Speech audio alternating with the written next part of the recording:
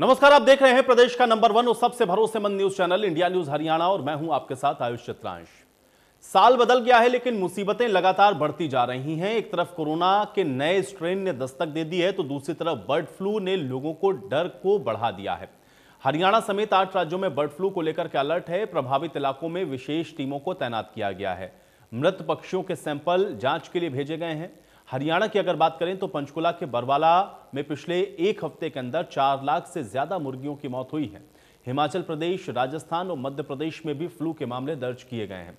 अब bird flu यानी कि एवियन इन्फ्लुएंजा, जो कि खासतौर पर पक्षियों के जरिए फैलता है और पक्षियों से ये बीमारी इंसानों में भी फैलती है, जो कि बेहद घातक हो सकती है। बर्ड फ्लू से जुड़ी हुई एक रिपोर्ट आपको दिखाते हैं और उसके बाद हेल्थ और पशुपालन विभाग से जुड़े एक्सपर्ट भी हमारे साथ जुड़ेंगे, जिनके साथ आज हम चर्चा करेंगे।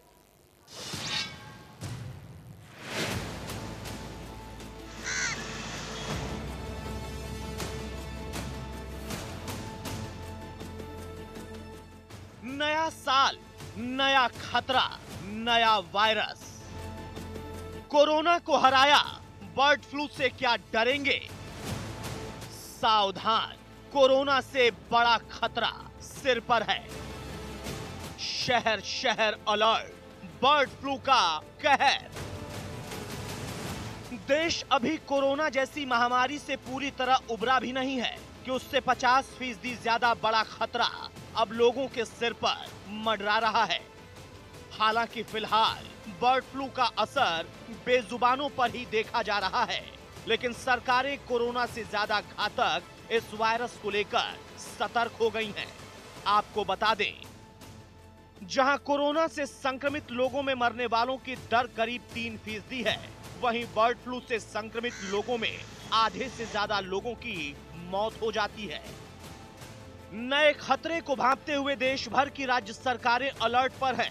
केंद्र सरकार ने तो बर्ड फ्लू को देखते हुए कंट्रोल रूम भी बना दिया है, जिसके जरिए ऐसे मामलों पर निगरानी रखी जा रही है। प्रभावित राज्यों की बात करें तो राजस्थान, मध्य प्रदेश, हिमाचल प्रदेश और केरल में बर्ड फ्लू की पुष्टि हो चुकी है। केरल में तो बर्ड फ्लू को आपदा घोषित कर दिया गया है। 30,000 से ज्यादा मुर्गियों और बत्तखों को मारने का फैसला किया गया है, जबकि तमिलनाडु और जम्मू कश्मीर में बर्ड फ्लू को लेकर अलर्ट जारी कर दिया गया है।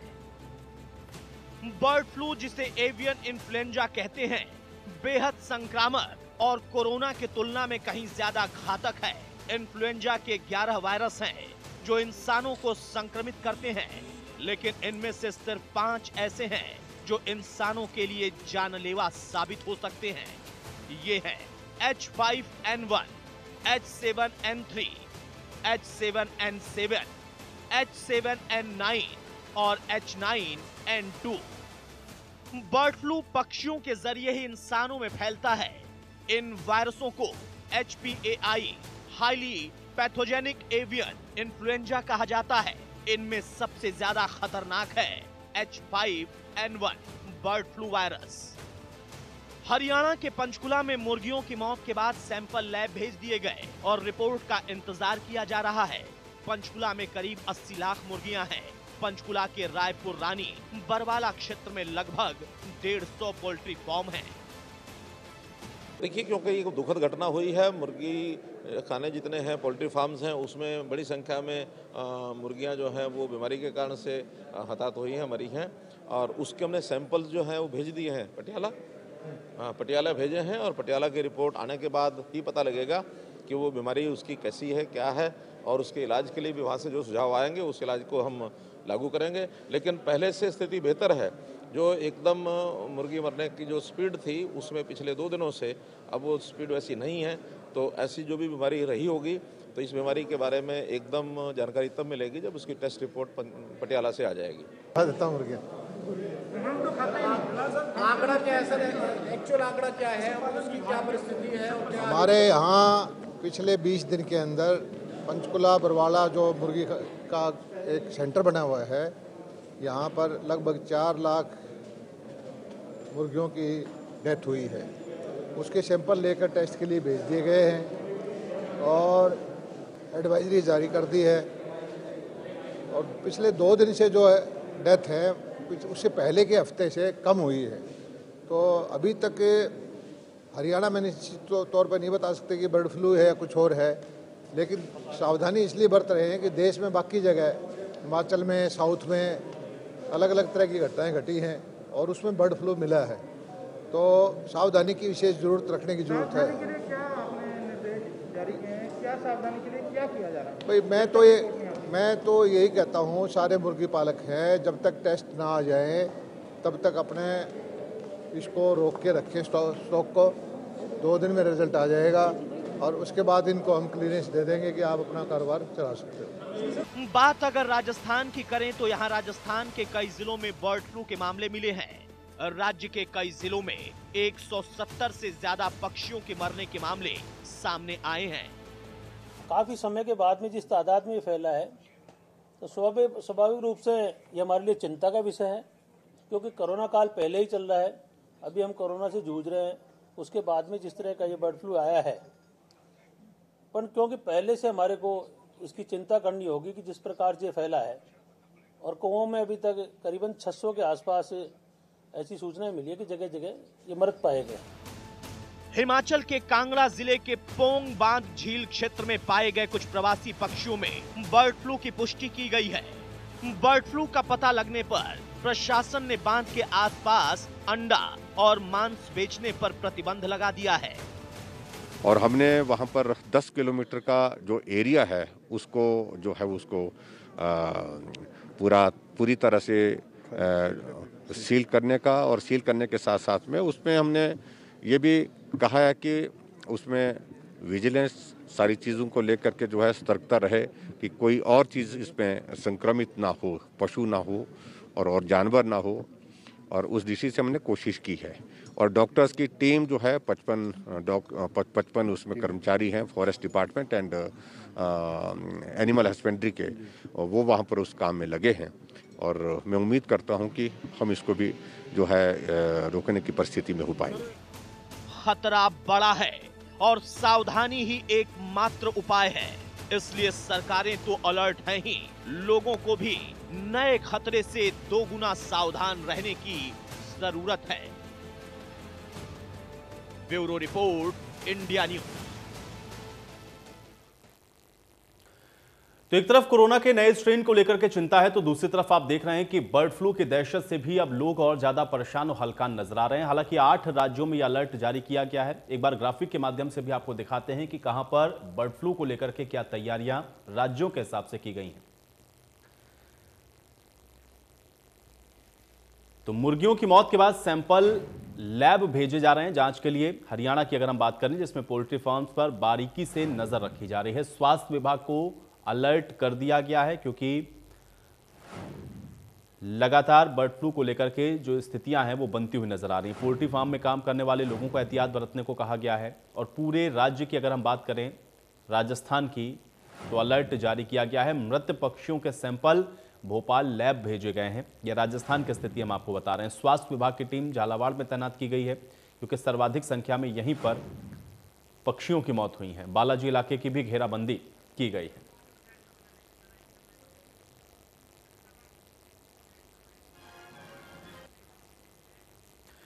तो खतरा बड़ा है, इसीलिए अलर्ट मोड पर सभी को रखा गया और तैयारियां पूरी तरीके से हम कह सकते हैं कि स्वास्थ्य विभाग अपने स्तर पर कर रहा है। लेकिन 2 तरीके की चुनौतियां हैं। एक तरफ तो कोरोना वायरस को लेकर के, उसके नए स्ट्रेन को लेकर के चिंता है, तो दूसरी तरफ बर्ड फ्लू को लेकर के भी जो चिंता है वो और ज्यादा बढ़ती हुई नजर आ रही है। आज इसी पर चर्चा करते हैं। कुछ मेहमान मेरे साथ जुड़ गए हैं, उनका परिचय मैं पहले आपके साथ करवा देता हूं। डॉक्टर अनिल कुमार पांडे जी हमारे साथ जुड़ रहे हैं, डिप्टी डीन है ESICC फरीदाबाद के।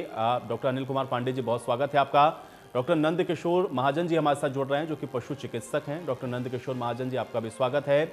और दर्शन सिंगला जी हमारे साथ जुड़ रहे हैं, जो कि प्रेसिडेंट हैं पोल्ट्री फार्म एसोसिएशन पंचकुला के। दर्शन सिंगला जी, आपका भी बहुत स्वागत है। सबसे पहले डॉक्टर नंद किशोर महाजन जी, आज चर्चा की शुरुआत मैं आपसे करूंगा, क्योंकि इससे पहले कि मैं कोरोना पे जाऊं, बर्ड फ्लू को लेकर के समय जो स्थितियां बन रही हैं, खासतौर से, हालांकि अभी ये कहा नहीं जा रहा है कि बर्ड फ्लू है भी या फिर नहीं भी है, मौजूदा स्थिति इस समय क्या है और किस स्थिति से या किस दौर से इस समय प्रदेश या वो 8 राज्य गुजर रहे हैं, थोड़ा सा मैं चाहूंगा दर्शकों को बताते चलें, क्योंकि कोरोना के बीच में जिस तरीके से पक्षियों की मौत हुई है, परेशान लोग नजर आ रहे हैं। डॉक्टर नंद किशोर महाजन जी, आपने पहले कोरोना के दौरान में भी मुर्गी पालकों को काफी नुकसान झेलना पड़ा है। और अभी आजकल के जो हालात हैं उसके हिसाब से जैसे सर्दी बढ़ जाती है तो प्रवासी पक्षी हमारे देश में ज्यादा आते हैं बाहर के देशों से। और हर साल ये समस्या रहती है कि 2006 से हम देख रहे हैं कि बर्ड फ्लू का कुछ ना कहीं छोटा मोटा अंदेशा होता है और कहीं ना कहीं बीमारी का प्रकोप होता है। लेकिन जो सर्दियां जब ज्यादा पड़ती हैं तो जैसे इस बार नॉर्थ में ज्यादा सर्दी पड़ रही है तो उसकी वजह से भी थोड़ी सी समस्या ज्यादा है, मान सकते हैं। लेकिन जो समस्या अभी तक तो जो जंगली पक्षी हैं या कौवे हैं या प्रवासी पक्षी जो बाहर के देश से आए उन्हीं में ही इसका वायरस मिला है। अभी तक जो लेयर बर्ड है, पोल्ट्री है, उनमें कोई ऐसा अभी नहीं मिला है। हालांकि सैंपल जांच के लिए गए हैं, उसके आने बाद ही समाधान होगा। लेकिन ऐसा ही हम मानते हैं क्योंकि सर्दियों के मौसम में मुर्गियों की रोग क्षमता कम हो जाती है। उसके कारण से बहुत सी दूसरी बीमारियां भी है वायरल जो मुर्गियों को घेर लेती हैं। जैसे रानीखेत की बीमारी एक बहुत बड़ी बीमारी है जिसकी वजह से बहुत ज्यादा भी मृत्यु दर बढ़ जाता है। एक आईबी की बीमारी है, इन्फेक्शियस ब्रोंकाइटिस, उसमें भी बहुत ज्यादा सांस की बीमारी हो जाती है। और फिर एक माइकोप्लाज्मा नाम का कीटाणु होता है जो उनके शरीर में ही रहता है और एक दोनों सारे मिलके जब काम करते हैं तो मुर्गी को बहुत ज्यादा मृत्यु दर बढ़ने की संभावना बढ़ जाती है। तो वो भी एक कारण रहता है। दूसरा ये कि जैसे कुछ दिनों में मक्का का इस्तेमाल बहुत ज्यादा फीड में होता है मुर्गियों के। अगर मक्का के अंदर कोई भी टॉक्सिन होते हैं, पॉइजन होता है, जैसे जब खेत में मक्का तैयार खड़ी होती है, जब वो तैयार हो रही होती है उसी टाइम में फंगस का प्रकोप हो जाता है और वहां से फिर वो जैसे जैसे अनाज आता है स्टोर किया जाता है, भंडारण किया जाता है, उसका मात्रा बढ़ती जाती है। और उस तरह का अगर हम अनाज मक्का मुर्गियों को खिलाएंगे तो उसमें भी दो चीज होती है। एक तो उनकी रोगरोधक क्षमता कम हो जाती है और दूसरे लीवर पे और विभिन्न अंगों पे उसका प्रकोप आता है और उसमें इसलिए वो बीमारी से जल्दी ग्रसित हो जाते हैं। तो ये सब चीजें मिला के हमें ये देखना चाहिए कि क्या क्या कारण रहे होंगे और जिस कारण से ये समस्या इस समय हमें देखने को मिल रही है। डॉक्टर दर्शन सिंगला जी, ये भी मैं आपसे थोड़ा सा जानना चाह रहा हूं क्योंकि आप पोल्ट्री फार्म एसोसिएशन पंचकुला के प्रेसिडेंट हैं। 2.5 लाख से ज़्यादा जो आंकड़ा एक आया कि मुर्गियां जो हैं इफेक्टेड हुई हैं या क्या वजह रही है, फिलहाल मौजूदा स्थिति क्या है और किस तरीके से इसको आप लोग देख पा रहे हैं, थोड़ा सा मैं चाहूँगा इसको बताते चलें। दर्शन सिंगला जी। जी सर, मैं सबसे पहले डॉक्टर साहब की बात से बिल्कुल सहमत हूँ। सर्दियों में इस बार देखने में आया है कि जो रानीखेत की बीमारी है वो ज़्यादा उसने नुकसान किया है। 2 लाख का आंकड़ा 1.25 करोड़ मुर्गी के बीच में है। कम से कम 1.25 करोड़ मुर्गी हमारे एरिया में है। और आपको एक बात बता देना चाहता हूँ कि आगे से बहुत ज़्यादा मोर्टेलिटी हमारे यहाँ कंट्रोल में है। आज हमारा आंकड़ा 10,000 का है, तकरीबन 125 पोल्ट्री फार्म। ये बहुत ज्यादा मिनिमाइज है, कोई ऐसी बात नहीं। डॉक्टर साहब को मालूम है इस चीज का। जो डॉक्टर साहब ने बात कही है वो बिल्कुल मैं उस बात से सहमत हूँ। और दूसरी बात, अभी तक कहीं भी बर्ड फ्लू डिक्लेयर नहीं हुआ है मुर्गी में। आज भी जो सैंपल लिए गए हैं वो जलंधर भेजे गए हैं, कल भी लिए थे, आज भी लिए हैं। ये एनिमल हस्बेंड्री की तरफ से लगातार 5 दिन से सैंपल लिए जा रहे हैं। जो पहले सैंपल गए थे वो हमारे नेगेटिव थे, लेकिन सरकार चाहती है भी हम बिल्कुल सेफ हैं। उन्होंने दोबारा आज सैंपलिंग करवाई। हम सरकार के साथ है, सरकार हमारे लिए जो काम कर रही है हम बिल्कुल सरकार के साथ। डॉक्टर अनिल कुमार पांडे जी, अब मैं आपके पास आऊंगा। कोरोना वायरस के नए स्ट्रेन को लेकर के मैं थोड़ा सा आपसे जानना चाह रहा हूं। एक तो वैक्सीनेशन को लेकर के ड्राई रन होना है, इसको लेकर के भी हम लोग देख रहे हैं कि स्वास्थ्य महकमा उन व्यवस्थाओं में लगा हुआ है। लेकिन जो नया स्ट्रेन और उसके जो पेशेंट हैं जब वो आइडेंटिफाई हो रहे हैं, क्या चिंता ज्यादा बढ़ रही है और उसको लेकर के कितना तैयार है महकमा, मैं चाहूंगा थोड़ा सा बताएं। सबसे पहले तो मैं आपको बहुत बहुत धन्यवाद देता हूं कि आपने बहुत ही अच्छा टॉपिक आज के डिस्कशन के लिए सेलेक्ट किया है, आपकी पूरी टीम को। रही बात जो ये यूके से जो न्यू स्ट्रेन आई है, एक्चुअली इसके लिए सर गवर्नमेंट ने बहुत ही प्रोएक्टिवली ऐसे 10 सेंटर डेवलप कर दिया है, आइडेंटिफाई किया है, जहां पर जीन सीक्वेंसिंग के जरिए first of all new strain को आइडेंटिफाई किया जाए। जिसमें दिल्ली में दो सेंटर है, IGIB एंड NCDC। तकरीबन 80 के आसपास न्यू स्ट्रेन कल तक का जो रिपोर्ट था उसमें आइडेंटिफाई किया जा चुका है, जिसमें दिल्ली और NIV पुणे मिलाकर के ही अराउंड 50 स्ट्रेन यहाँ पर आइडेंटिफाई हो चुकी है। एक्चुअली ये बहुत लेंथी और कॉम्प्लिकेटेड प्रोसीजर है, टाइम टेकिंग है, बट हम लोग को ये गवर्नमेंट को मानना पड़ेगा कि बहुत ही कम टाइम में और 10 सेंटर जो जीन सीक्वेंसिंग और इसके लिए तैयार कर दिया जिससे कि आइडेंटिफाई किया जा सके। रही बात खतरे की, डेफिनेटली इंडिया में जो अभी पॉजिटिविटी रेट काफ़ी डाउन हो गया था और we were almost on the verge of celebration कि हम काफ़ी हद तक कंट्रोल करने में सक्षम रहेंगे, लेकिन ये न्यू स्ट्रेन ने थोड़ी चिंता बढ़ाई है। इसका मेन ये है कि इसकी जो इन्फेक्टिविटी रेट है अराउंड 70 to 80% प्रीवियस स्ट्रेन से ज़्यादा है। तो यस, हमें बिल्कुल सावधान रहने की जरूरत है। कोई भी अगर बाहर से अदर कंट्री से आता है तो एज ए रिस्पॉन्सिबल सिटीजन उनको रिपोर्ट करना चाहिए, वो सिम्टोमेटिक हो या ना हो, और वो कृपया डिसअपियर ना हो और छुपे ना, क्योंकि ये एक लोग काफ़ी लोगों को स्प्रेड कर सकते हैं। पहले जैसे 1 से 4 से 5 में स्प्रेड की क्षमता थी, तो ये 8 से 9 में स्प्रेड कर सकते हैं। तो इसमें एक है कि डेडली कम है, इतना ज़्यादा नहीं है, बट हाईली इन्फेक्टिव है। प्रीवियस स्ट्रेन जो है डेंजरस से ज़्यादा, I mean elderly and comorbid condition. ठीक है डॉक्टर अनिल कुमार पांडे जी, मैं आपके पास दोबारा आऊँगा। आपकी ऑडियो कुछ स्पष्ट नहीं आ रही है मुझ तक, मैं दोबारा से कोशिश करता हूँ आपकी ऑडियो बेहतर आए ताकि लोगों को भी समझ में आए। डॉक्टर वीरेंद्र यादव जी इस बीच हमको ज्वाइन कर रहे हैं, CMO हैं गुरुग्राम के। डॉक्टर वीरेंद्र यादव जी, बहुत स्वागत आपका इस चर्चा में। डॉक्टर वीरेंद्र यादव जी, आपसे भी मैं यही समझना चाहूँगा, क्योंकि नए स्ट्रेन को लेकर के इस समय हम लोग देख रहे हैं कि लोग और ज़्यादा परेशान होते हुए नजर आ रहे हैं। तो कोरोना से पहले से ही परेशान, और वो एक जो नया स्ट्रेन है उसमें भी गुड़गांव के अंदर कई केसेस हैं जो कि अभी हाल में ही आइडेंटिफाई किए गए हैं। किस तरीके से उसको देख पा रहे हैं और इसको लेकर के क्या तैयारियां हैं, क्या व्यवस्था है, और लोगों के लिए आप यहाँ से क्या कहना चाहेंगे? मैं चाहूँगा कि डॉक्टर वीरेंद्र यादव जी बताएं, क्योंकि नए स्ट्रेन को लेकर के लोग बड़ा परेशान हो रहे हैं।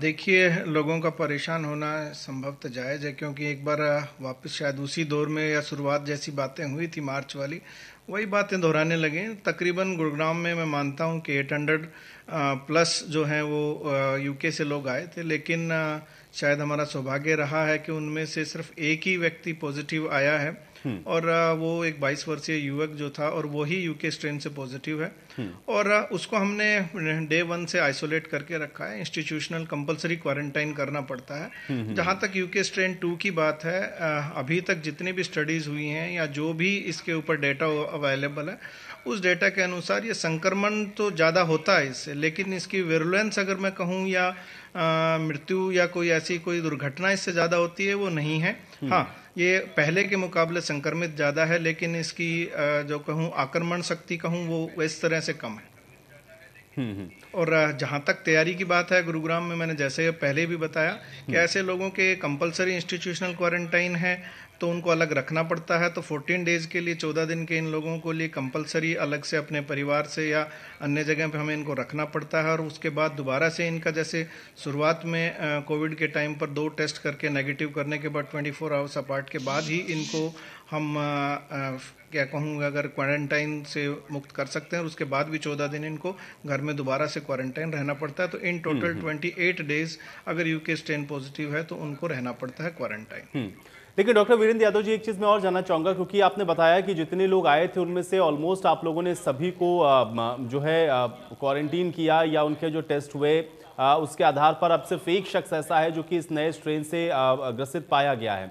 क्या बाकी जो लोग हैं सभी को ट्रेस कर लिया गया है, सभी ट्रेस आउट हो चुके हैं, या आप लोगों के जो पैरामीटर्स हैं उसके हिसाब से उन लोगों को रखा गया है, उन सारे रूल्स को फॉलो किया गया है? क्या ये कहने की स्थिति में है डॉक्टर वीरेंद्र यादव जी आप? देखिए, ऐसा है, जो इतनी मैंने आपको बताया 800 प्लस के करीब लोग थे। इनमें से 2 क्राइटेरिया जो गवर्नमेंट ऑफ इंडिया की या मिनिस्ट्री ऑफ MHA की तरफ से जो गाइडलाइंस आई थी, उनमें 2 रूल बनाए गए थे। एक 25 नवंबर के बाद इन टोटल लोगों की जो आए थे उनको हमने ट्रेस किया था, और 8 नवंबर के बाद जो लोग थे उनकी जो है कंपलसरी टेस्टिंग थी। और जो लोग 8 नवंबर के बाद आए थे उनमें हमने सभी की ऑलमोस्ट कंपलसरी टेस्टिंग की। 174 लोग ऐसे थे जो इससे पहले जब तक गवर्नमेंट की गाइडलाइंस आई वो विदेश वापस जा चुके थे, तो वो संभव नहीं थे। हाँ, आज भी हमारे पास 27 ऐसे लोग हैं जो अनट्रेसेबल हैं, जिन्होंने या तो अपना मोबाइल नंबर गलत लिखवाया हुआ है या उनका जो एड्रेस है वो इनकम्प्लीट एड्रेस है, जिनको पुलिस को हमने सूचित किया हुआ। इससे पहले ये 38 थे, उनमें से 11 हमने ट्रेस आउट किए हैं। और अभी तक मैं फिर वही दोहराऊंगा कि वो 27 लोगों को हमने मीडिया के माध्यम से, सोशल मीडिया के माध्यम से या आपके चैनल के माध्यम से भी और प्रिंट मीडिया के माध्यम से भी हमने इनको सूचना देने की कोशिश की, इनको चेतावनी भी दी है या तो आप स्वयं आ गए हैं, अन्यथा आपके विरुद्ध हमें अगर जरूरत पड़ी या आवश्यक हुआ तो 188 सीआरपीसी में हमें कार्रवाई भी करनी पड़ सकती है। अभी भी 27 लोग ऐसे हैं जिनका एड्रेस या मोबाइल नंद गलत है। ठीक है। डॉक्टर नंद किशोर महाजन जी, एक बार मैं फिर से आपके पास आऊंगा, थोड़ा बर्ड फ्लू पर एक बार फिर से हम लोग चर्चा करते हैं। नंद किशोर महाजन जी, एक चीज मुझे और बताइए, चूंकि आपने बताया कि कुछ बहुत सारी ऐसी चीजें होती हैं जो मौसमी भी होती हैं, जिसमें आपने बताया कि हो सकता है कि इस सीजन में ये बीमारियां हो जाती हैं, लेकिन 8 जो स्टेट हैं हम देख सकते हैं कि चाहे हम राजस्थान का जिक्र करें या हम मध्य प्रदेश का या फिर हम हरियाणा का, इन सभी जगहों पर अलर्ट के मोड पर रखा गया है। इतनी भारी संख्या में पक्षियों का मरना, न सिर्फ मुर्गी बल्कि कई जगह पर कौवों को भी उनकी मौत को रिकॉर्ड किया गया है, कबूतरों के मरने की जानकारी है, बगुले मर रहे हैं। क्या ये सारी चीजें मौसमी या फिर किसी दूसरी चीज से इफेक्टेड हैं, या इसको सीधे तौर पे हम जोड़ सकते हैं कि कहीं ना कहीं ये संशय है कि बर्ड फ्लू भी हो सकता है, इसलिए हम अलर्ट मोड पर हैं? कैसे इन सारी चीजों को आइडेंटिफाई करते हैं, थोड़ा सा ये चीज मैं समझना चाहूंगा। आपने भी सही कहा कि कौवे हैं या दूसरे जो जंगली पक्षी हैं या दूसरे जो प्रवासी पक्षी बाहर के देशों से हमारे देश में आते हैं, उनमें कई प्रांतों में उनमें मृत्यु देखी गई है और उनमें कोई वायरस भी मिला है। जैसे ये आते हैं प्रवासी पक्षियों के माध्यम से दूसरे हमारे जो लोकल पक्षी है उनमें भी चला जाता है, इसलिए उनमें आ जाता है, सीजनल होता है, इस सीजन में आता है। इसमें कई सारे सीरोटाइप, कई स्ट्रेन होते हैं, जैसे H5N8 इसमें मिला है इस बार, जो कौवों में मिला है ज्यादातर, जो प्रवासी पक्षियों में मिला है जो मरे हैं, तो उसकी वजह से जो है ना मृत्यु दर उनमें ज्यादा हो रहा है। और ठंड का प्रकोप तो है ही, तो दोनों चीज मिला के तब ये ज्यादा प्रकोप होता है, और मुर्गियों में ये प्रकोप नहीं हुआ है। और ये जो H5N8 है, इस वायरस का आज तक कोई भी आदमी में कहीं भी कोई केस वर्ल्ड ओवर अभी ह्यूमन बीइंग में नहीं हुआ है। तो ये थोड़ा सा सेफ्टी पॉइंट है कि अगर ये आ भी जाता है मुर्गियों में, तो भी इसकी समस्या वो आदमियों को लगने वाली इतना समस्या नहीं। डॉक्टर नंद किशोर महाजन जी, एक चीज और मैं जानना चाह रहा हूं, क्योंकि हरियाणा को लेकर के क्या आप ये बता सकते हैं, क्योंकि अभी कई जो मुर्गियां मरी उनके सैंपल्स भेजे गए हैं, या जो पक्षियों की मौत हुई उनके सैंपल्स भेजे गए हैं, ये रिपोर्ट आने में अभी और कितना इंतजार करना होगा, कितना समय लगता है इस रिपोर्ट को आने में? और दूसरा ये कि हरियाणा के अंदर क्या लोग भी जो थोड़ा भयभीत हो रहे हैं, क्या उनको अभी इस तरीके से घबराने की जरूरत नहीं है? आप ये आश्वासन यहां से दे सकते हैं, या फौरी तौर पर क्या किया जा सकता है, थोड़ा सा इसको भी बताते चलें। बिल्कुल, घबराने की बिल्कुल आवश्यकता नहीं है, क्योंकि सरकार की तरफ से भी और जितने भी पोल्ट्री फार्मर एसोसिएशन है, पोल्ट्री फार्मर भाई हैं, वो सभी लोग पूरे एहतियात बरत रहे हैं, पूरी सावधानी बरत रहे हैं, बायोसिक्योरिटी बोलते हैं, प्रैक्टिसेस बोलते हैं, वो फॉलो कर रहे हैं। सारे छिड़काव करना होता है दवाओं का आसपास, वो कर रहे हैं, और जो भी अगर कोई मृत्यु होती है तो उसको दबाना का बंदोबस्त होता है, वो सब करते हैं। और घबराने की बिल्कुल आवश्यकता नहीं है। और जो जैसा कि कहा कि मुर्गियों के जो पदार्थ हैं वो बिल्कुल सेफ है कंजम्पशन के लिए, क्योंकि हमारे देश में हम जानते हैं कि हम जो कुकिंग का सिस्टम है, हमारा खाने पकाने का सिस्टम है, उसमें हम अच्छी तरह से हर चीज को पकाते हैं। इनके 1% 2% उसमें कुछ लगता भी है तो हम बिल्कुल चिंता रहित हैं, उसको पकाने के बाद हम खा सकते हैं, उसको कोई समस्या नहीं है। 70 डिग्री पे तकरीबन सारे वायरसेस खत्म हो जाते हैं, और हमारा जो कुकिंग सिस्टम है 100 डिग्री से ऊपर ही जाता है ज्यादातर, तो कोई डर की बात नहीं है। ऐसे ही अगर हम अंडे भी बॉईल करके खाते हैं कोई समस्या नहीं, तो निश्चिंत होकर खाइए, और कोई घबराने की, कोई पैनिक होने की कोई जरूरत नहीं है। ठीक है। डॉक्टर अनिल कुमार पांडे जी, मैं आपके पास आऊंगा, चूंकि आपकी बात पहले भी अधूरी रह गई, तो थोड़ा सा मैं इस स्ट्रेन के बारे में भी आपसे समझना चाहूंगा। दरअसल स्ट्रेन है, नया स्ट्रेन है, ये तो हम लोग सुन रहे हैं आम बोलचाल की भाषा में, इफेक्ट कैसे कर रहा है, इसके लिए क्या कोई स्पेशल मेजर्स लोगों को लेने हैं, या अगर आप लोग उसको आइडेंटिफाई कर पा रहे हैं तो उसके लिए आप लोग प्रिवेंटिव तौर पर क्या कर रहे हैं, थोड़ा सा मैं चाहूंगा कि ये बताते चलें। और नए स्ट्रेन को लेकर के तैयारियों का भी चूंकि मैं जिक्र कर रहा था, वो बात आपकी अधूरी रह गई थी, मैं चाहूंगा कंप्लीट करें डॉक्टर अनिल कुमार पांडे जी। देखिए, नई स्ट्रेन के लिए जो पहले भी जो प्रिकॉशन लिए जा रहे थे उसको थोड़ा और स्ट्रिक्टली फॉलो करना पड़ेगा, क्योंकि मेन वही है कि आइसोलेशन, और इसको प्रेफरेबली हॉस्पिटल आइसोलेशन करना ज़्यादा बेहतर रहेगा, क्योंकि घर पर लोग थोड़ी लापरवाही जरूर बरतते हैं। तो मैं समझता हूं कि आइसोलेशन हॉस्पिटल में, उसके लिए बिल्कुल हर हॉस्पिटल में एक अलग सा आइसोलेशन सेक्शन होना चाहिए जो सिर्फ यूके स्ट्रेन के लिए हो, सो दैट कि और लोगों में ये स्प्रेड ना कर सके और उसे बचाव किया जा सके। और जो भी लोग आए उनका एक जीन सीक्वेंसिंग के लिए सरकार ने ऑलरेडी एक स्टेप लिया हुआ है, और सबकी जीन सीक्वेंसिंग अलग अलग जगहों पर, जैसे दिल्ली एनसीआर के लिए दिल्ली में 2 सेंटर आइडेंटिफाई किए हुए हैं, और ऑलरेडी वहां पर डिस्ट्रिक्ट एडमिनिस्ट्रेशन प्रोएक्टिव स्टेप्स लेकर के और जो पॉजिटिव सैंपल्स है उनको जीन सीक्वेंसिंग करा रही है कि क्या ये न्यू स्ट्रेन है या एग्जिस्टिंग स्ट्रेन है। दर्शन सिंगला जी, मैं ये आपसे थोड़ा जानना चाह रहा हूं, क्योंकि इससे पहले भी हम लोगों ने देखा लॉकडाउन के समय में भी काफी प्रभावित हुआ आप लोगों का बिजनेस। अब ये जो नया बर्ड फ्लू को लेकर के, हालांकि डॉक्टर साहब यहां से बार बार कह रहे हैं कि कोई घबराने की जरूरत नहीं, हमारा तो जो कुकिंग प्रोसेस है वो ही इतना हाई फ्लेम पर होता है कि वायरस को रहने की उसके अंदर कोई गुंजाइश बचती नहीं है, लेकिन फिर भी लोग घबरा जाते हैं।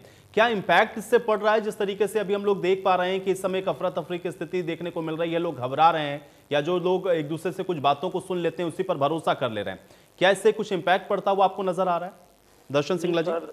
इस बार कोई इम्पैक्ट, इसका कोई फर्क नहीं पड़ेगा, क्योंकि लोग बहुत पढ़े लिखे हैं, बात समझ रहे हैं। भी अंडा सेफ है, चिकन सेफ है। आज माननीय मंत्री जी हमारे गिरिराज जी ने भी बोला है भी अंडा और चिकन बिल्कुल सेफ है। और डॉक्टर साहब ने भी बताया भी हम लोग जहाँ पे उबाल के अंडा और चिकन खाते हैं तो कोई घबराने वाली कोई बात नहीं। बिल्कुल। डॉक्टर वीरेंद्र यादव जी, एक चीज मैं और आपसे थोड़ा सा जानना चाह रहा हूं, क्योंकि एक तरफ तो नए स्ट्रेन को लेकर के हम लोग देख रहे हैं और उसको लेकर के अभी चूंकि मैंने आपसे पूछा भी और डॉक्टर साहब वो भी अनिल कुमार जी भी बता रहे थे, लेकिन नए स्ट्रेन को लेकर के एक तरफ तो हम लोग देख रहे हैं कि हम लोग वैक्सीनेशन की ओर जाने वाले हैं। अभी बहुत जगह पे हम लोग देख रहे हैं कि तैयारियां चल रही हैं, आप लोग तो ड्राई रन के भी उसमें जाने वाले हैं। ये जो नया स्ट्रेन है, क्या वैक्सीनेशन इसके ऊपर कारगर है? इस तरीके की चीजों को लेकर के भी बहुत तरीके की बातें इस समय हैं, और किस तरीके की तैयारियां चल रही हैं वैक्सीनेशन को लेकर के खासतौर से, ये भी थोड़ा सा मैं आप लोगों से समझना चाहूंगा, क्योंकि अब हाल ही के कुछ दिनों में ये कहा जा रहा है कि वैक्सीनेशन भी स्टार्ट होने वाला है, उसकी डेट भी अनाउंस हो जाएंगी कुछ दिन में। ये तैयारियां किस स्तर पर चल रही हैं और नए स्ट्रेन के लिए क्या ये कारगर है जिन वैक्सीन को मंजूरी मिली है? थोड़ा सा इस विषय पर भी मैं चाहूंगा बताते चलें डॉक्टर वीरेंद्र जी।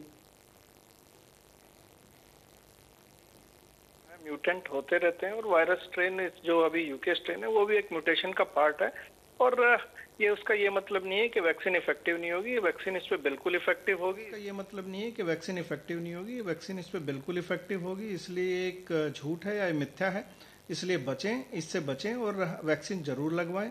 और आने वाले दिनों में संभवतः अगले 10 से 15 दिनों में मिड जनवरी के बाद किसी भी दिन वैक्सीनेशन जो है वो अवेलेबल हो जाएगी।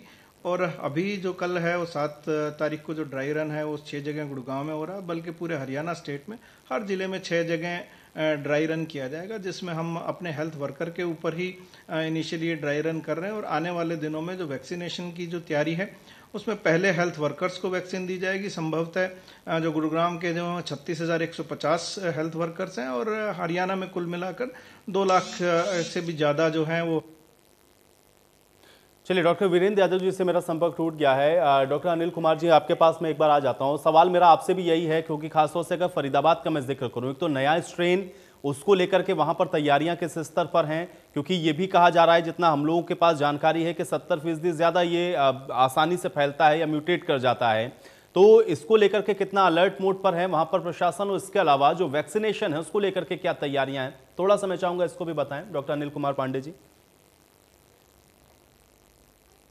बहुत सारे वैक्सीनेशन सेंटर क्रिएट की हुई है, जिन पर ड्राई रन और ट्रेनिंग प्रोग्राम भी चल रहा है। रही बात वैक्सीनेशन की, तो ESIC मेडिकल कॉलेज में जो कोवैक्सीन भारत बायोटेक और ICMR का, जिसको हम आत्मनिर्भर वैक्सीन इंडिजिनसली जो डेवलप किया गया है, उसका भी एक ट्रायल चल रहा है जो लगभग कंप्लीट होने वाला है, क्योंकि 25,800 लोगों पर पूरे देश भर में ट्रायल किया जा रहा है। जो अभी तक जो ये पैनल डिस्कशन के पहले जो मुझे जानकारी मिली, ऑलरेडी 25,700 लोगों का हो चुका है, और शायद वो आज ही रात या कल सुबह तक कंप्लीट हो जाएगा फर्स्ट डोज। तो एक्चुअली हम लोगों को ये सेलिब्रेट करना चाहिए कि ये वैक्सीन बहुत ही सेफ है एंड ये इसको बोला जा रहा है कि one of the safest vaccine in the world. ये होल विरियन वैक्सीन है और इसीलिए पूरी उम्मीद है कि ये न्यू म्यूटेंट वायरस पर भी कारगर साबित होगी, इसमें काफी हद तक उम्मीद किया जा रहा है।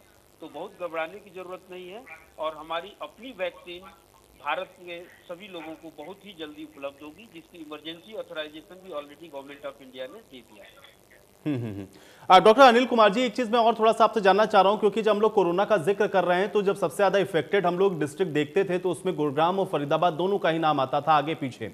नया स्ट्रेन आने के बाद क्या चैलेंजेस बढ़े हैं सभी लोगों को आइडेंटिफाई कर पाना, चूंकि जल्दी ये म्यूटेट करता है, ज्यादा लोगों में म्यूटेट कर जाता है, क्या बड़े स्तर पर या फिर नए चैलेंजेस आप लोग देख पा रहे हो, और अगर हैं तो इसको आप लोग कैसे इंप्लीमेंट करवा पा रहे हैं, क्या कर रहे हैं इसको लेकर के, थोड़ा सा मैं चाहूंगा इसको भी बताएं डॉक्टर अनिल कुमार पांडे जी।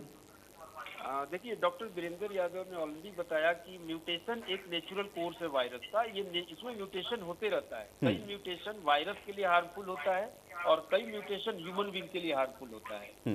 ये म्यूटेशन थोड़ा सा ह्यूमन बीइंग के लिए हार्मफुल है क्योंकि ये बहुत ही ज्यादा कंटेजियस है, इन्फेक्टिव ज्यादा है, 70 to 80%। तो ये हम लोगों को बिल्कुल इसमें सावधान रहने की जरूरत है और जो भी एक भी लोग बाहर से आए तो वो व्यक्ति के साथ साथ जो भी व्यक्ति जानते हैं वो सरकार को और हॉस्पिटल को इसकी जानकारी दें, जिससे उनको RT-PCR टेस्ट पहले करें और जैसे पॉजिटिव आते हैं उनका जीन सीक्वेंसिंग मस्ट है। यही एक तरीका है कि अगर वो कंफर्म हो जाए कि ये न्यू वेरिएंट है तो उनको आइसोलेट करना, इसके सिवा और दूसरा कोई तरीका नहीं है। डॉक्टर वीरेंद्र यादव जी, ये सवाल मेरा आपसे भी है, चूंकि आपने बताया कि कुछ लोग ऐसे हैं जिन्होंने या तो अपना गलत नंबर लिखाया है या फिर जिनको अभी उन तक पहुंच नहीं पा रहा है प्रशासन, क्या ये एक बड़ा चैलेंजेस बन सकता है? और अगर इनके अंदर किसी के अंदर कोई नया स्ट्रेन रहता है, अगर हम मान के ये चलें, तो क्या ये एक बड़ा अलार्मिंग सिचुएशन है, एक बड़ी चुनौती आप लोग इस वक्त फेस कर पा रहे हैं? कैसे इसको आप लोग डील करेंगे, कैसे इसको टैकल कर रहे हैं, थोड़ा सा मैं ये समझना चाहूंगा, क्योंकि ये भी अपने आप में एक बहुत चिंता वाली बात है। वीरेंद्र यादव जी। बिल्कुल चिंता वाली बात है। पिछले 4 या 5 दिनों में हमने तकरीबन 11 लोग तो ट्रेस किए हैं पुलिस की हेल्प से, तो कोशिश कर रहे हैं। 27 लोग अभी अनट्रेसेबल हैं। डेफिनेटली ये चिंता का विषय तो रहेगा, क्योंकि जैसा कि पहले मैंने भी बताया और अभी डॉक्टर पांडे ने भी जिक्र किया है, इसकी जो है जो संक्रमण ज़्यादा फैलता 70% के करीब विभिन्न डेटा में या उसमें बताया गया है कि इसका संक्रमण ज़्यादा होता है। लेकिन संभवतः अभी तक बहुत कम जो है यूके स्ट्रेन पॉजिटिव आए हैं और इंस्टीट्यूशनल क्वारंटाइन कंपलसरी होना चाहिए। पहले भी ये बात डॉक्टर पांडे ने भी बताई है और उसी कोशिश में हम लगे हुए हैं। एक बार फिर अपील ही कर सकता हूं मैं आपके चैनल के माध्यम से कि लोग आगे आएं और अपना टेस्ट स्वयं करवाएं, और अगर आप पॉजिटिव आते हैं तो ताकि हम आपको दोबारा से टेस्ट कर सकें RT-PCR या आपका यूके स्ट्रेन देख सकें, ताकि आप आगे बाकी दूसरे लोगों में ना फैलाएं और दोबारा से हम उसी जो प्रक्रिया है उससे गहन प्रक्रिया से दोबारा ना गुजरें जिसमें कोविड दोबारा से फैलाव हो। तो सिर्फ एक अपील ही की जा सकती है आपके चैनल के माध्यम से। लेकिन डॉक्टर वीरेंद्र यादव जी, इसको कैसे थोड़ा और इंश्योर करेंगे, क्योंकि एक तरफ तो कोरोना वायरस कोविड-19 जिसको लेकर के पूरा विश्व परेशान था, जब 500,000 केसेस थे तब लॉकडाउन और तमाम तरीके के प्रतिबंध को हम लोगों ने देखा, लेकिन वो 1000 केसेस करोड़ तक पहुंचे हैं। ये नया स्ट्रेन आने के बाद क्या इस स्तर पर आपको नहीं लगता कि नए स्तर से या फिर कोई नई ऐसी गाइडलाइंस होनी चाहिए, क्योंकि जो बात आप कह रहे हैं ये वाकई में बड़ा चिंता वाली बात है।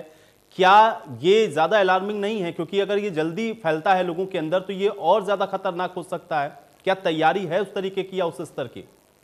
देखिए, पहले हमारा एक्सपीरियंस इतना नहीं था इन चीज़ों को लेके और डेफिनेटली आप बिल्कुल ठीक कह रहे हैं। ये खतरनाक सिचुएशन इस वजह से हो सकती है क्योंकि संक्रमण ज़्यादा होता है, लेकिन अब हमारी तैयारियां बिल्कुल पूरी हैं और ऐसा नहीं होगा कि जैसे पहले। अभी जो रिजल्ट्स हैं वो बहुत इमीडिएटली अवेलेबल हैं, सभी जगह टेस्टिंग लैब और फैसिलिटी है। अब तो लोगों की बल्कि जिम्मेवारी बनती है कि वो आगे आएँ और अपना टेस्ट कराएं, बल्कि आप छुपाएं ना। अब तो जहाँ तक सारी भ्रांतियाँ कोविड के बारे में दूर हो चुकी हैं और हमें आगे आना चाहिए और स्वयं टेस्ट कराना चाहिए। डॉक्टर नंदकिशोर महाजन जी, एक चीज मैं और आपसे थोड़ा सा जानना चाह रहा हूं, क्योंकि बर्ड फ्लू को लेकर के अमूमन जब भी चर्चा होती थी तो मुर्गियों तक वो सीमित हो जाती थी, लेकिन इस बार हम लोग देख रहे हैं बड़ी संख्या में अन्य पक्षी भी इफेक्टेड हो रहे हैं। क्या ये एक नए तरीके का वायरस या फिर नई कोई अलार्मिंग सिचुएशन है? क्योंकि अमूमन या हम ये कह सकते हैं कि बहुत कॉमनली ऐसा नहीं देखा गया है कि इस तरीके से कौवों की मौत हो जाना या बगुलों का एक साथ इतनी भारी तादाद में मरना। क्या ये किसी दूसरी तरीके की कोई अलार्मिंग सिचुएशन आपको यहाँ पर नजर आ रही है? ये ऐसा क्यों हो रहा है, थोड़ा सा ये भी मैं आपसे समझना चाहूंगा, क्योंकि मुर्गियों को लेकर के तो पहले हुआ है, इस तरीके से ये देखा गया है, लेकिन पक्षियों का इतनी भारी तादाद में मरना, वजह क्या है? ऐसी कोई अलार्मिंग सिचुएशन वाली बात नहीं है। एक्चुअली क्या है ना, जैसे मैंने कहा कि इस बार एक तो ठंड का प्रकोप थोड़ा ज्यादा है बाकी सालों के मुकाबले, और दूसरा है कि जो वायरस है जो प्रवासी पक्षी के माध्यम से आता है हमारे देश में जो प्रवासी पक्षी आते हैं बहुत तादाद में आते हैं अलग अलग कंट्री से, जहाँ बहुत ठंड पड़ती है वहां से हमारे देशों में कुछ गर्मी इन दिनों में 3-4 महीने के लिए यहाँ रहते हैं, रुकते हैं, तो उनके साथ ये वायरस आ जाता है। तो अब जो वायरस जो इनके माध्यम से आया है वो H5N8 है, तो वो इतना ज्यादा पोल्ट्री में नुकसान नहीं करता अकेले से, और दूसरा ये कि वो आदमियों को भी अभी तक कोई केस उसका ट्रांसफर का कहीं नहीं रिकॉर्ड नहीं किया गया है। दूसरा, सरकार के माध्यम से अगर हम गवर्नमेंट से ये दरख्वास्त करें या जितने भी एसोसिएशन है पोल्ट्री की वो भी सरकार से रिक्वेस्ट करें कि इस सिचुएशन को देखते हुए, क्योंकि कोरोना तो नया वायरस है इसलिए उसको वैक्सीन बनाने में बहुत समय लगा, लेकिन जो बर्ड फ्लू है उसका जो वैक्सीन मैन्युफैक्चरिंग कंपनीज हैं वो अभी भी बना सकती हैं, उनके पास सारी टेक्नोलॉजी है। किल वैक्सीन बनाना है तो उसमें ज्यादा दिक्कत नहीं आती, लाइव वैक्सीन बनाना हो या सब यूनिट वैक्सीन बनाना हो उसमें दिक्कत आती है। किल वैक्सीन वो तैयार कर सकते हैं, और जो भी चैलेंज है उसको हम रोकते हैं, और जितना भी नुकसान है पोल्ट्री फार्मर का होने से बचा सकते हैं। ये हम इमरजेंसी सिचुएशन में कुछ टाइम के लिए ही अलाउ कर देगा सरकार, तो जब तक ये प्रकोप चल रहा है 2-3 महीने जब ठंड का प्रकोप ज्यादा रहता है, उस दौरान में अगर सरकार इसको जो वैक्सीन बनाने वाली कंपनियां हैं मुर्गियों की उनको ये परमिशन दे दे भाई आप उसका वैक्सीन बना दीजिए, तो बहुत हद तक हम इसको आगे बढ़ने से रोक पाएंगे, और उसका प्रकोप जो है आदमियों में भी और जो भी थोड़ा बहुत कहीं होगा तो उसको भी हम रोक पाएंगे और लोगों का नुकसान होने से बचा पाएंगे। जी नंद किशोर जी, जो भी फार्मर भाई हैं उनको तो हम पहले से कहते आए हैं कि आप एक तो साफ सफाई का ध्यान रखें, फार्म के आसपास जो भी विषाणु नाशक दवाएं हैं उनका नियमित इस्तेमाल करें, कॉमन सी हैं जैसे सोडियम हाइपोक्लोराइड जैसे हम कोविड में भी इस्तेमाल करते रहे हैं, उनका भी इस्तेमाल हम इसमें कर सकते हैं। बहुत सारी प्रिकॉशन ऐसी हैं जो कोविड में कॉमन है वही इसमें भी कॉमन है, उनका इस्तेमाल करेंगे तो हम काफी हद तक इस प्रकोप को मुर्गियों में होने से बचा सकते हैं, और उसके साथ ही अपने फिर जब मुर्गियों में नहीं होगा तो बाकियों में सब चीजों में हम उसको उसका नुकसान से होने से किसानों को होने वाले नुकसान से भी बचा सकते हैं। आप दर्शन सिंगला जी, क्योंकि जो बात यहाँ पे डॉक्टर नंद किशोर जी ने कही है, क्या आप लोगों की तरफ से भी आप जो संचालक हैं पोल्ट्री फार्म को जो चला रहे हैं, क्या उन लोगों को ये निर्देशित किया गया है या आप लोगों ने अपने स्तर पर क्या तैयारियां की हैं?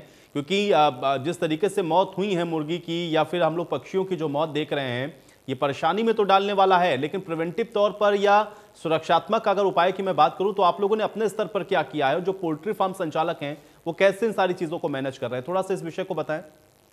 देखिए, पहली बात तो ये है कि आप पक्षियों के साथ पोल्ट्री को मत जोड़िए, क्योंकि प्रवासी पक्षी जो आते हैं उनमें वायरस होता है कई बार। लेकिन जो डॉक्टर साहब ने बात की है, अगर एंटी इसकी वैक्सीन बना दें एंटी किल्ड, तो हमारे पोल्ट्री को सेफ कर सकते हैं। लेकिन हमारी जहाँ तक पोजीशन है, पोल्ट्री बिल्कुल इस टाइम सेफ है, बस हमारे को इंतजार है जो हमारे सैंपल ये हैं उनकी रिपोर्ट आनी। बाकी जो हमारी तरफ से सरकार की गाइडलाइन के मुताबिक सारा काम हमारे पोल्ट्री किसान कर रहे हैं, और समय समय पे स्प्रे करना और टीकाकरण करना पूरा कंप्लीट है। फिर भी ये ठंड ज़्यादा होने के कारण मैं फिर कहूँगा कि जो ये मोर्टेलिटी हुई है ये हमारे को रानीखेत की कुछ इसमें सिम्टम लगते हैं, सबको मालूम होगा इस शिविर में, और ठंड ज़्यादा होने के कारण रानीखेत ज़्यादा एक्टिव हो जाती है। तो हमारा सरकार से यही निवेदन है भी इसकी वैक्सीन बनाई जाए, एंटी किल्ड वैक्सीन बनाई जाए, जिससे पोल्ट्री इंडस्ट्री हमारे पूरे इंडिया की सेफ हो। मैं इसे डॉक्टर साहब से बात में सहमत ही हूँ। ठीक है डॉक्टर अनिल जी, मैं आपके पास एक बार फिर से आता हूं, मुझे ये थोड़ा सा बताइए क्या चैलेंजेस बढ़े हैं नए स्ट्रेन के आने के बाद? चूंकि तैयारियां तो स्वास्थ्य महकमे के पास जो पहले थी वही हैं, जो गाइडलाइंस थी वही है, लेकिन एक नया स्ट्रेन जिसको अब हम लोग रेक्टिफाई कर पा रहे हैं, क्या चैलेंजेस बढ़ते हुए आप लोगों ने देखे हैं? देखिए, चैलेंजेस तो बिल्कुल, जब नई चीजें आती है तो चैलेंजेस निश्चित रूप से बढ़ते हैं, लेकिन इसको हम एक अपॉर्चुनिटी भी बोलते हैं कि गवर्नमेंट की हेल्थ इंफ्रा स्ट्रेंथन हो रही है और गवर्नमेंट इसमें कोशिश कर रही है, क्योंकि अभी जीन सीक्वेंसिंग बहुत सिलेक्टेड जगहों पर होता था, जो अभी काफ़ी जगहों पर हो रही है। क्योंकि आप न्यू स्ट्रेन आपके हाथ में नहीं है, वो वायरस का एक नेचुरल प्रोसेस है, जो इसके बाद हो सकता है दूसरी भी स्ट्रेन उसकी इमर्ज हो सकती है।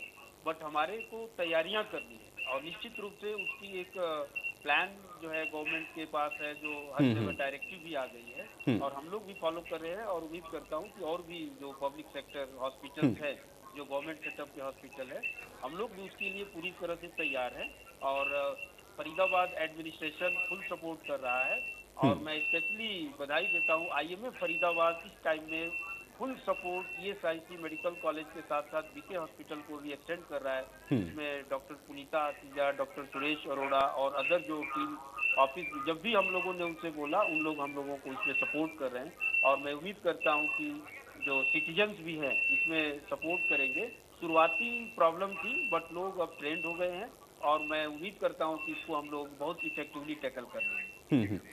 डॉक्टर अनिल कुमार पांडे जी, ये सवाल मैं इसलिए आपसे बार बार पूछ रहा हूं क्योंकि मैं फिर से कहूंगा, क्योंकि जहां से ये नया स्ट्रेन हम लोग देख पा रहे हैं, ब्रिटेन का जिक्र चूंकि हो रहा है, वहीं से नया स्ट्रेन अब बताया जा रहा है म्यूटेट हुआ है पूरे देश के अंदर, वहां पर दोबारा से लॉकडाउन जैसी सिचुएशन में पहुंच गए हैं। क्या एहतियात के तौर पर अभी जो प्रिवेंटिव हम लोग कर रहे हैं, क्या ये इसको काफी मानते हैं, या लोग अब इतने जागरूक हो गए हैं, या लोगों को समझ में आ गया है कि उनको दरअसल क्या करना है?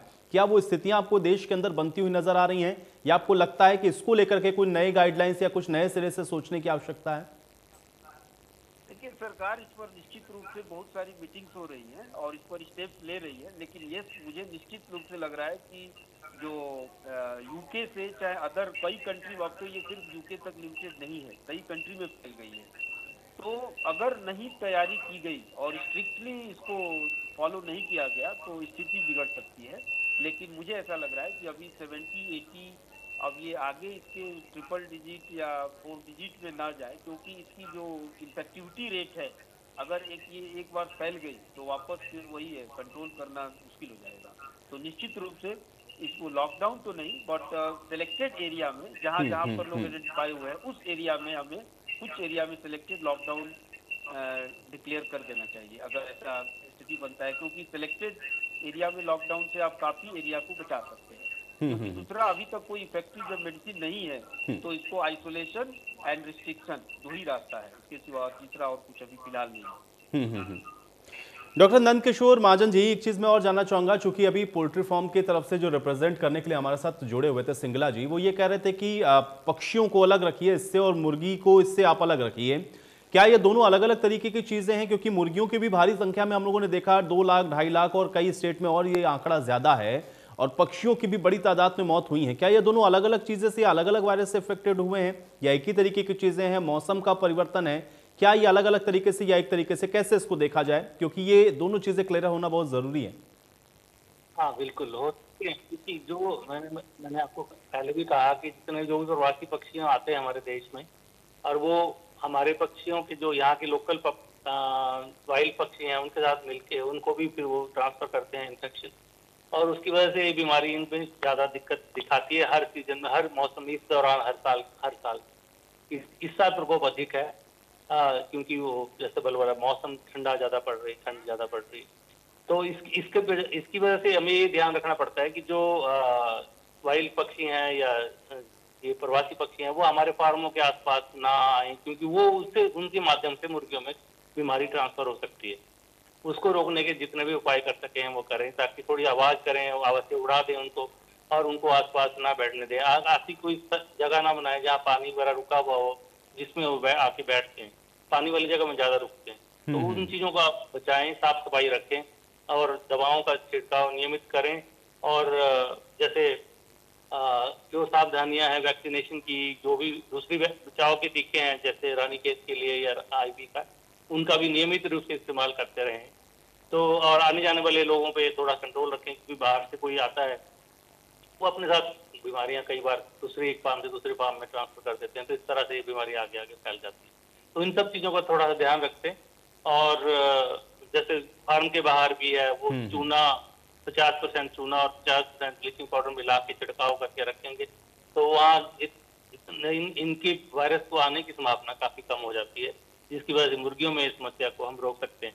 बिल्कुल सर्दियों में, क्योंकि मैंने कहा इस बार प्रकोप ज्यादा है, अगर वैक्सीनेशन सही से नहीं हुआ होता तो शुरुआत वहां से होती है। जब एक बार वैक्सीनेशन जिस फार्म पे नहीं हुआ है ढंग से, वहां अगर ये समस्या बढ़ जाती, शुरू हो जाती है, फिर वो वायरस थोड़ा सा ज्यादा तेज हो जाता है, स्ट्रांग हो जाता है, और वो फिर दूसरे आसपास की फार्मों पे भी फैलने की संभावना बढ़ जाती है। इसलिए ये सावधानी बहुत जरूरी है। बायोसिक्योरिटी जिसको हम बोलते हैं, उसको अपनाना बहुत जरूरी है। स्ट्रिक्टली फॉलो करें, उसकी वजह से हम ये बीमारी एक फार्म से दूसरे फार्म में जाने से रोक सकते हैं, और जितना नुकसान है उसको हम कम से कम कर सकते हैं। डॉक्टर नंदकिशोर महाजन जी, एक सवाल और मैं पूछूंगा आपसे, चूंकि अभी सैंपल्स के लिए आप लोगों ने भेजा है, रिपोर्ट का इंतजार है, क्योंकि जब तक रिपोर्ट नहीं आएगी एग्जैक्टली नहीं कहा जा सकता है कि क्या है, लेकिन अगर पुष्टि होती है तो उसके बाद फिर क्या किया जाता है और कितना तैयार है उसको लेकर के, खासतौर से अगर मैं आपके विभाग का जिक्र करूं, अगर इस तरीके की पुष्टि होती है तो फिर उसको लेकर के क्या तैयारियां, और उस समय आप लोग क्या करते हैं फिर? नहीं, उसकी तैयारियां हैं, जैसे भारत सरकार की उसके ऊपर गाइडलाइन है, उसको बिल्कुल फॉलो करते हैं, हर स्टेट गवर्नमेंट फॉलो करती है। उसके हिसाब से हर डिस्ट्रिक्ट में रैपिड एक्शन टीम बनाई जाती है, वो तैयार है, उनको पूरी हिदायत है। पूरे डिस्ट्रिक्ट में गणना की जा रही है, कहाँ मुर्गी फार्म है, कितनी उनकी संख्या है, क्या क्या सावधानियां बरत रहे हैं, क्या उनमें मृत्यु दर हो रहा है, सारी चीजें नोट कर रहे हैं, पूरा डाटा इकट्ठा कर रहे हैं, और पूरा डाटा फिर सरकार को भेजेंगे, और उसके हिसाब से जो भी रैपिड जो भी एक्शन होता है वो हम करेंगे, और किया जाता है। सब कुछ तैयार है, और जो सामान की जरूरत पड़ेगी वो सरकार मुहैया कराएंगी, और उसके लिए भी तैयारियां सब चलती हैं, और फार्मर अपने लेवल पे भी बहुत सारी चीजों का अपने आप से प्रबंधन कर लेते हैं। तो हम नहीं मानते कि ऐसा कुछ होने वाला है, ना ऐसा होना चाहिए, और हमारे फार्मर पूरे समझदार है और पूरी चीजों का ध्यान रखेंगे, और सरकार भी पूरी मदद कर रही है, तो इसलिए हमें घबराने की कोई आवश्यकता नहीं। चलिए, बड़ी बात आपने कही है, लेकिन जो स्थितियां हैं वो थोड़ी क्लियर होना भी जरूरी है, इसलिए सवाल मैंने आपसे पूछा। डॉक्टर वीरेंद्र यादव जी, मैं आपके पास आ जाता हूं। नए स्ट्रेन को लेकर चूंकि मैं आपसे चर्चा कर रहा था, कुछ लोग जिनको आपने आइडेंटिफाई किया, आप कह रहे हैं कि उनमें से 10-11 लोगों को आप लोगों ने ट्रेस आउट किया है, पुलिस की भी आप लोगों ने मदद ली है, लेकिन फिर भी इस नए स्ट्रेन को लेकर के कुछ कहना चाहते हो हरियाणा की जनता से, और इसके अलावा तैयारियों को लेकर के एक बार फिर से थोड़ा सा मैं चाहूंगा कि और बताते चले, वैक्सीनेशन को लेकर के और उस प्रोसेस को लेकर के किस तरीके से चल रही है आपके विभाग के अंदर? डॉक्टर वीरेंद्र यादव जी। हाँ, देखिए, यूके स्ट्रेन के लिए मैं एक बार फिर अपील करना चाहूँगा, जो लोग भी 8 दिसंबर के बाद आए हैं वो स्वयं आगे आएँ और अपना RT-PCR टेस्ट कराएं, और आप पॉजिटिव आते हैं तभी आपका यूके स्ट्रेन का टेस्ट किया जाएगा, और उसमें भी अगर आपका यूके स्ट्रेन पॉजिटिव आता है तभी आपको आइसोलेट किया जाएगा, और वो इंस्टीट्यूशनल या क्वारंटाइन जो आपको किया जाता है वो सिर्फ आपके परिवार के लिए और समाज और देश के लिए सभी के हित में रहेगा। इसलिए ये अनुरोध तो एक मैं करूँगा। और ये वैक्सीन जो आप बात कर रहे हैं, ये वैक्सीन मैंने पहले भी दोहराया है, दोबारा दोहरा रहा हूँ कि यूके स्ट्रेन पे बिल्कुल इफेक्टिव रहेगी। अभी तक सिर्फ म्यूटेशन है, और जहाँ तक सवाल है कि आने वाले दिनों में हरियाणा में या देश में वैक्सीन के लिए, जैसे मैंने बताया कि अभी पहले फेज़ में वैक्सीन सिर्फ हेल्थ वर्कर्स को लगेगी, सेकंड फेज़ में वैक्सीन जो है फ्रंट लाइन वर्कर, जिसमें पुलिस के कर्मचारी, लोकल अर्बन बॉडीज, जिसमें हमारे सफाई कर्मचारी वगैरह शामिल रहेंगे। तीसरे फेज़ में अगर मैं बात करूं तो 50 वर्ष से अधिक लोग जिनको कोई कोमॉर्बिड कंडीशन है, hypertension, blood pressure, sugar etcetera, या किडनी या कोई अन्य बीमारी है, और लास्ट के फेज़ में ये सभी देश के जो जन हैं उनको लगेगी जो 50 वर्ष से कम के लोग हैं। और इसके लिए हम पूरी तरह से तैयार हैं। हमने अपना गुड़गांव की बात करें तो हमने अपना वैक्सीन स्टोर जो है पटौदी में बनाया हुआ है, और गुड़गांव रीजनल वैक्सीन स्टोर का भी काम करता है। तो प्रतिदिन जो है ये सप्ताह में 3 दिन वैक्सीन की जो वैक्सीनेशन हुआ करेगी, सोमवार को, वीरवार को और शनिवार को, और एक बूथ पे तकरीबन 100 के करीब लोगों को वैक्सीन दी जाएगी। और जिन लोगों को वैक्सीन मिलनी है उनको पहले से ही एक SMS मिलेगा। जिन लोगों को SMS मिलेगा वही लोग वैक्सीन के उस बूथ पे या उस साइट पे जाएंगे, और वो अपने वहाँ पर एक आइडेंटिटी प्रूफ अपना देंगे। उसके बाद वेरिफिकेशन ऑफिसर उसको वेरीफाई करेगा, तब आपको वैक्सीन लगेगी।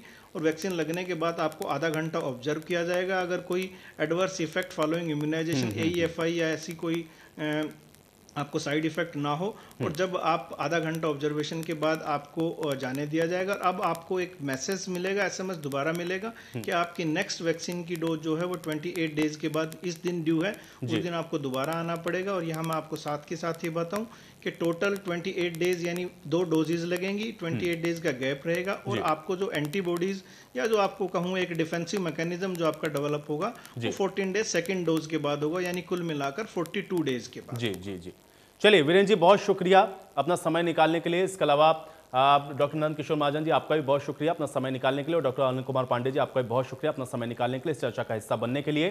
हालांकि दोनों तरफ से आप देख रहे हैं कि चुनौतियां भी हैं, लेकिन इन चुनौतियों के बीच में खबर अच्छी ये भी है कि अब वैक्सीनेशन को लेकर के भी हरियाणा पूरी तरह से तैयार हो रहा है, और अब आने वाले समय में बहुत जल्दी यह संभव है कि ये जो वैक्सीनेशन की प्रक्रिया है वो भी शुरू हो जाएगी। आज बड़ी बहस में फिलहाल मेरे साथ इतना ही।